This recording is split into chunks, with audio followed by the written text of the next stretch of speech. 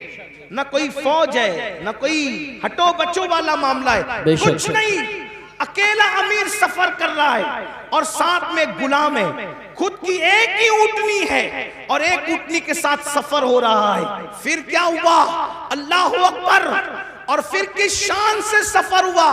आपने फरमाया अपने गुलाम से, देखो थोड़ी देर मैं बैठूंगा, थोड़ी देर तुम बैठोगे। और अल्लाहु अकबर, दुनिया ने ये तारीख के अंदर ये औरात गवाह है, दुनिया ने ये मौका भी देखा कि अमीरुल मोमिनीन अपने गुलाम को ऊँटनी पे बिठाकर खुद अल्लाह अल्लाह पैदल चलते नजर आए। और अल्लाह की शान ये, जिस वक्त तो मंजिल पर पहुंचे तो बारी गुलाम की थी और सैयदना फारूक आजम नकेल पकड़ करके चल रहे थे। और हालत ये थी, उस वक्त अमीरुल मोमिनीन के बदन पर जो जुब्बा था उस पे पेवन लगा हुआ था और जो मोजे पहने थे वो एड़ी के पास से फटे हुए थे। जिस वक्त नाला आया, आपने सोचा फटे हुए मोजों में पानी भर ना जाए तो मोजे उतार कर आपने गर्दन पे डाल लिए। और उसके बाद जब निकले तो हजरत खालिद इब्ने वलीद और अबू उबैदा इब्नुल जर्राह कान में बातें कर रहे थे। अमीरुल मोमिनीन ये क्या कर रहे हैं? अरे मोजे पैर में थे तो फटापन छुपा हुआ था। इतने लोग इस्तकबाल के लिए आए हैं, मुस्लिम भी है, गैर मुस्लिम भी है, यहूदी भी है, ईसाई भी है, मुशरिक भी है, सब देखने आए कि मुसलमानों का अमीर कैसा है। और इन्होंने फटे हुए मोजे कंधे पे डाल लिए, गुलाम को बिठा दिया। लोग इस्तकबाल करने के लिए आगे बढ़े। उनको यूं लगा कि जो नकेल पकड़ के चल रहा है वो गुलाम है और जो सवारी पे बैठा है वो इमाम है। लेकिन जब इस्तकबाल के लिए लोग आगे बढ़े जो नहीं पहचानते थे तो खालिद इब्ने वलीद और अबू उबैदा इब्नुल जर्राह ने कहा, वो आका नहीं है हमारा, ये हमारा अमीर तो ये है जो नकेल पकड़ के चल रहा था। तो लोगों ने पूछा इसको क्या हो गया? तो तब बताया गया इनकी मिल्कियत में एक ही ऊँटनी थी और गुलाम को साथ लाए। तो इंसाफ का तकाजा ये था कि जितनी देर ये बैठेंगे उतनी देर गुलाम भी बैठेगा और जितनी देर गुलाम पैदल चलेगा उतनी देर ये पैदल चलेंगे। और बारी इसकी थी। अल्लाह अकबर। चुपके से किसी जवान ने कान में कहा, अमीरुल मोमिनीन, इतने लोग इस्तकबाल के लिए आए हैं, पेवन वाला जुब्बा पहना है, फटा हुआ मोजा कंधे पे डाल लिया है, आपने क्या किया? तो आपने गुस्से में कंकर उठाए और उठा करके उन पे मारते हुए फरमाया, का हुजूर अलैहिस्सलाम के पर्दा फरमाने को अभी एक सदी भी नहीं बीती और तुम इतनी जल्दी तुम्हारी सोच बदल गई, इतनी जल्दी तुम्हारी फिक्र बदल गई, इतनी जल्दी तुम्हारे ख्यालात बदल गए। फरमाया, वल्लाह हमें इज्जत कपड़ों की और सवारी की वजह से नहीं मिली है, हमें इज्जत इस्लाम की वजह से मिली है, नबी की वफादारी की वजह से मिली है। जब तक हम इस्लाम का दामन पकड़े रहेंगे और हुजूर से वफादारी करते रहेंगे उस वक्त तक अल्लाह हमें इज्जत अता फरमाता रहेगा। आप मुझे बताएं, अल्लाहु अकबर, जब चाबियां दी गई तो साथ ही साथ वो ईसाई मुसलमान भी हुए और कहा, उमर अगर लाओ लश्कर के साथ आते तो सिर्फ चाबियां देते, लेकिन उमर तुम इस्लाम की सादगी के साथ आए हो तो हमने चाबियां बाद में दी है, पहले हमने तुम्हें अपना दिल दे दिया है। और वो कलेमा पढ़ के मुसलमान हो गए। मुसलमानों बताओ, आज जितनी दिलचस्पी बाइक में लेते हो, जितनी दिलचस्पी अच्छे कपड़े में लेते हो, जितनी दिलचस्पियां अच्छे कीमती जूतों में लेते हो, जितनी दिलचस्पियां हटो और बचों में लेते हो, उतनी दिलचस्पी इस्लाम पर अमल करने में लो। फटे कपड़े पर भी तुम्हें इज्जत मिलेगी, अल्लाहु अकबर, पैदल चलने पर भी तुम्हें इज्जत मिलेगी, तुम्हें वकार मिलेगा। गुर्बत के बावजूद भी दुनिया तुम्हारे कदमों में अपना सर रखने पे मजबूर हो जाएगी। अल्लाह अल्लाह, मुझे बताओ सरकार गरीब नवाज के पास कौन सी दौलत थी, कौन सी हुकूमत थी, कौन सी ताकत थी, मगर खिलजी से लेकर अकबर आजम तक सब गरीब नवाज के कदमों में अपना सर रख करके बता रहे हैं, अल्लाह अकबर। बादशाह शान वाला नहीं होता, जिसके पास दीन होता है वो शान वाला होता है। इसलिए ये दिमाग से भूत निकाल दो। बैठ के पानी पिएंगे तो जलील होंगे, एयरपोर्ट पर नमाज पढ़ेंगे, सफर में नमाज पढ़ेंगे, अल्लाह अकबर, तो जलील होंगे। नहीं, मुसलमान सच्चे नहीं है इसलिए जलील हो रहे, और जमीन पे जलील हो रहे हो, जमीन के अंदर भी जलील होने के लिए तैयार रहो। इसलिए सच्चे मुसलमान बनो। दीन का दामन जिसने पकड़ लिया उसको इज्जत ही मिली, उसको कामयाबी ही मिली, उसे वकार ही मिला। आज की इस महफिल में आपको पैगाम दिया जाता है, दीन को सीने से लगाओ, कुरान की तालीम को आम करो। दस्तारबंदी का जलसा है, कुरान की तालीम को आम करो। अपने बच्चों को इतना इल्म दो कि तुम्हारे बच्चे फर्ज उलूम क्या है, ईमान क्या है, कुफ्र क्या है, दीन क्या है, दीन के खिलाफ क्या है, सब तुम्हारे बच्चों को आना चाहिए। हमारे बच्चों को तो कलमा भी नहीं आता, हमारे बच्चों को तो गुस्ल करना भी नहीं आता, हमारे बच्चों को तो इस्तिंजा का तरीका भी नहीं आता। इसलिए जितने उलूम फर्ज है, एक मुसलमान को जितना इल्म सीखना फर्ज है, इतना इल्म अपने बच्चों को दो, अपनी बच्चियों को दो। और साथ ही साथ दुनियावी तालीम पर भी मेहनत करो। 10वीं और 12वीं से अपने बच्चों को, बच्चियों को ड्रॉप आउट मत कर लो, उठा मत लो, बल्कि अपने बच्चों को, अपनी बच्चियों को आला तालीम दो, दुनियावी तालीम, आला तालीम दो। इतनी अच्छी तालीम दो कि आपके बच्चा, कोई भी बच्चा डिग्री के बगैर न रहने पाए। हर बच्चे को डिग्री दो। आप कहते हैं नौकरी नहीं मिलती, हम नौकरी के लिए बच्चों को नहीं पढ़ाते, हम अच्छा इंसान बनाने के लिए बच्चों को पढ़ाते हैं। अपने खर्चे कम करो, अपने अखराजात कम करो। हर महफिल का हमारा पैगाम ये है, इल्म पे मेहनत करो। और एक पैगाम ये भी है, शादियों में लाखों करोड़ों खर्च करने की बजाय वो लाखों रुपये जो वो स्कूल कॉलेजेस बनाने पे खर्च करो। मस्जिदों के मीनार बहुत ऊंचे बनाकर करोड़ों रुपया खर्च करने की बजाय वो करोड़ों रुपये तालीम गाहों पे खर्च करो। क्योंकि मस्जिद का ऊंचा मीनार हमारा कोई फायदा नहीं कर सकता, लेकिन अगर हमने तालीम गाहें मजबूत बनाई तो उससे अच्छे इंसान पैदा होंगे। हमारे यहाँ इमारतों की अहमियत नहीं है, हमारे यहाँ अच्छे इंसानों की अहमियत है। तो दानिश गाहें बनाओ। और मुसलमानों को अल्लाह ने इतनी दौलत से नवाजा है कि एक एक मुसलमान एक एक इदारा बना सकता है। बल्कि जो मालदार है, मैं तो उनको मशवरा देता हूं कि 4 फैक्ट्री डालने की बजाय 3 फैक्ट्री डालो, और 1 फैक्ट्री की बजाय एक अच्छा स्कूल बनाओ।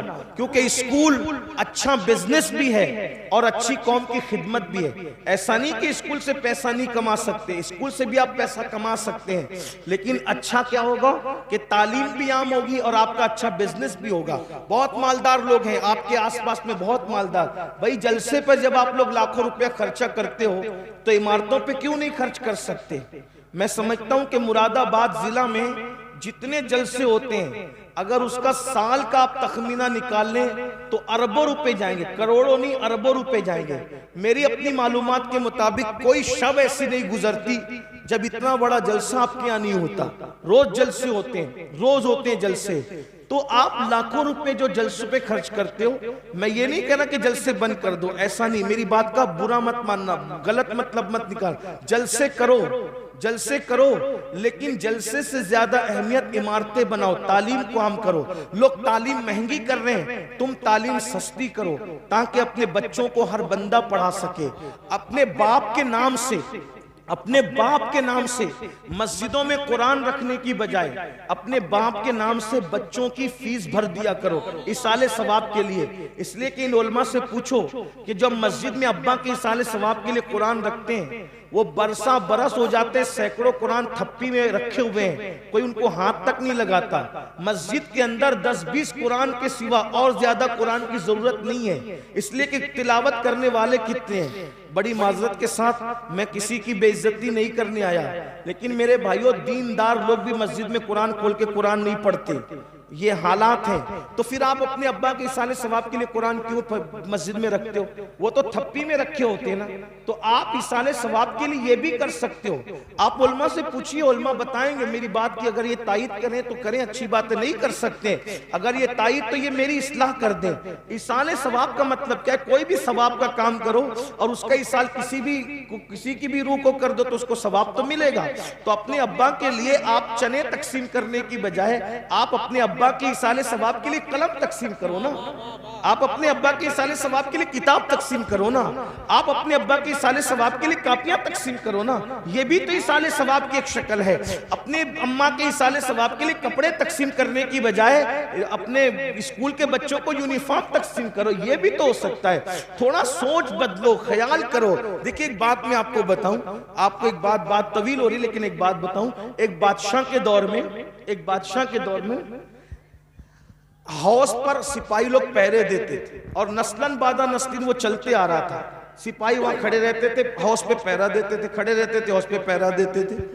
तो बादशाह लोग बदलते रहे लेकिन हौस पे पहरा कायम रहा। एक दिन बड़ा होशियार बादशाह आया, उसने बोला कि ये जो पिछले सब चले आ रहे हैं ना, तो उसी के अंदर हम घूम रहे हैं, तो कुछ सही भी कर रहे हैं, कुछ गलत भी कर रहे हैं। भाई हालात और जमाने के तहत कुछ सेट करो ना।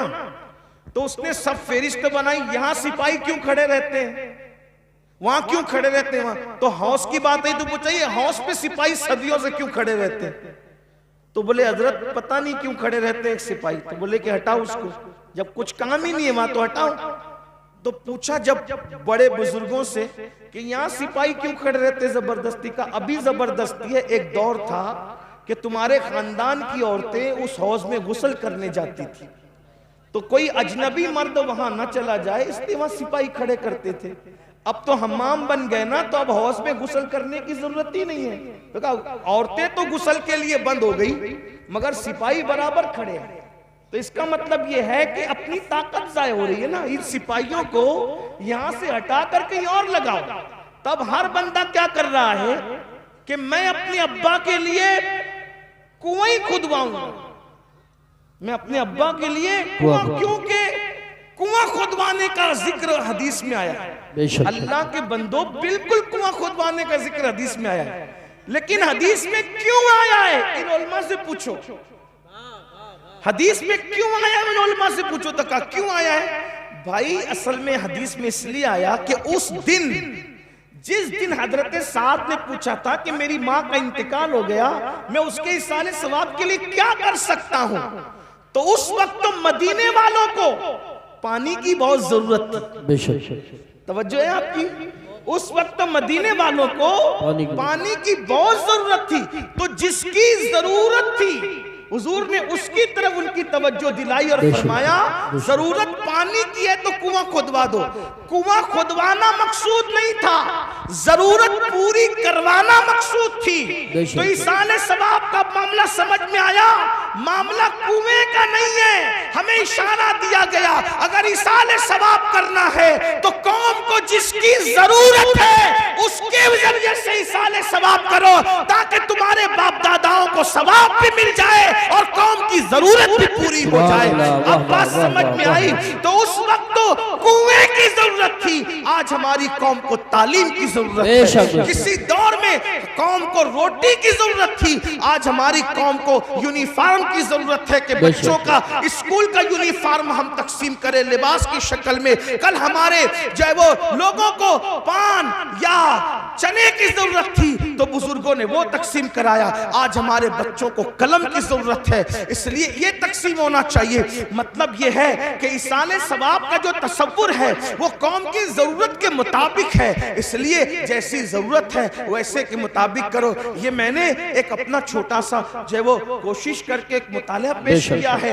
ये सही भी हो सकता है और ये गलत भी हो सकता है।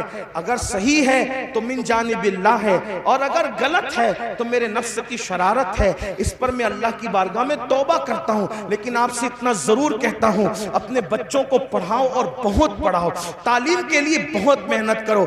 8 घंटा नहीं, अगर 16 घंटा मेहनत करना पड़े तो आप मेहनत करो, लेकिन किसी बच्चे को अनपढ़ मत रहने दो, जाहिल मत रहने दो, खूब पढ़ाओ। अगर लोगों के कंधे से कंधा मिलाकर जीना है, लोगों के कंधे से कंधा मिलाकर खड़े होना है, लोगों के साथ साथ चलना है, तालीम के बगैर नहीं चल सकते। तालीम हासिल करके लोगों की जरूरत बन जाओ, लोगों की जरूरत बन जाओ, लोगों के पीछे तुमको फिरना ना पड़े, इतनी सलाहियत पैदा कर लो लोग तुम्हारे पीछे पीछे फिरे। और कोशिश करोगे तो कोई मुश्किल नहीं है, कोई बईद नहीं है। हर दौर में मुसलमान इल्म का इमाम हुआ है, इस दौर में भी ये मसनद आपको संभालनी है। माँ